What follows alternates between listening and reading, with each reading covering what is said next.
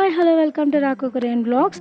చాలా రోజులైంది నేను ఒక మంచి స్పెషల్ రెసిపీ చేసి దానికోసం ఈరోజు మీ ముందుకు తీసుకొచ్చాను. Healthy banana brownie with clean ingredients అంటే ఎటువంటి రిఫైన్డ్ ప్రొడక్ట్స్ లేకుండా ఈరోజు నేను మీతో ఈ రెసిపీ అనేది చేసి చూపిస్తాను. దానికోసం పూర్తిగా మగ్గిన బాగా పండిన బనానా తీసుకున్నాను. ఆ బనానాని స్మాష్ చేసి పక్కన పెట్టుకున్నాను. ఒక కప్పు గోధుమ పిండి తీసుకుంటున్నాను. నేను ఇక్కడైతే మైదా అనేది అయితే వాడట్లేదు, గోధుమ పిండితో మాత్రమే చేస్తున్నాను. తర్వాత 1 table spoon of baking powder, 1/2 table spoon of baking soda కూడా వేసేసాను. దానిలోకి ఒక చిటికెడు ఉప్పు వేసేసాను.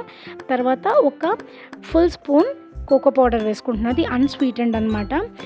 నేను ఈ ఇంగ్రీడియంట్స్ అంటే డ్రై ఇంగ్రీడియంట్స్ అన్నీ కూడా కలిపేసి ఎక్కడ ఉండలు లేకుండా పక్కన పెట్టేసుకున్నాను. తర్వాత ఈ మ్యాష్ చేసిన బనానాలో ఒక పావు కప్పు బెల్లం తురుము వేసుకుంటున్నాను. ఎందుకంటే బనానా ఆల్రెడీ మనకి స్వీట్గా ఉంటుంది కాబట్టి బ్రౌనీ అనేది మరీ స్వీట్గా కేక్ లాగా ఉంటే బాగోదు. అందుకని నేను కొద్దిగా మాత్రమే స్వీట్నర్ యూస్ చేస్తున్నాను. అండ్ మీకు కనుక ఇష్టమైతే హనీ కూడా యాడ్ చేసుకోవచ్చు. తర్వాత ఈ 2 ఇంగ్రీడియంట్స్లో నేను 1 టేబుల్ స్పూన్ ఆఫ్ పెరుగు కూడా యాడ్ చేసుకున్నాను, కొంచెం స్పాంజినెస్ అనేది రావడానికి. వీటిని బాగా మనం మిక్స్ చేసుకోవాలన్నమాట.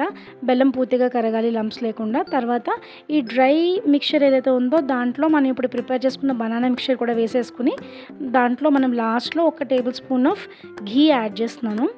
దాన్ని బాగా మిక్స్ చేసుకుని పక్కన పెట్టుకోవాలి. తర్వాత మనం దేంట్లో అయితే బేక్ చేయాలనుకుంటున్నామో ఆ టిన్కి నెయ్యి రాసేసి దాంట్లో మనము ఈ మిక్చర్ అనేది అందులో వేసేయాలన్నమాట. వేసిన తర్వాత ఒక 2 టైమ్స్ ఇలా ట్యాప్ చేస్తే ఎయిర్ బబుల్స్ అనేవి వస్తాయి. దట్ కేక్ అనేది లోపల ఉండలుగా ఉండకుండా స్పాంజిగా రావడానికి ఇది హెల్ప్ అవుతుంది. నేను ఆల్రెడీ 15 మినిట్స్ ముందే ఒక కుక్కర్లో సాల్ట్ వేసుకుని ప్రీ హీట్ చేసుకుని పెట్టుకున్నాను.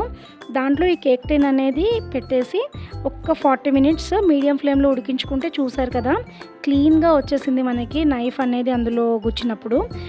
తర్వాత పూర్తిగా చల్లారిన తర్వాత ఇలా నేను పీసెస్ చేసేసుకున్నాను. ఎప్పుడైనా సరే కేక్ అవనివ్వండి, బ్రౌనీ అవనివ్వండి, ఏదన్నా పూర్తిగా చల్లారిన తర్వాతే దాన్ని కట్ చేయాలి, లేదంటే బేకింగ్ టిన్ ఏదైతే ఉందో దానికి అతుక్కుపోతుంది.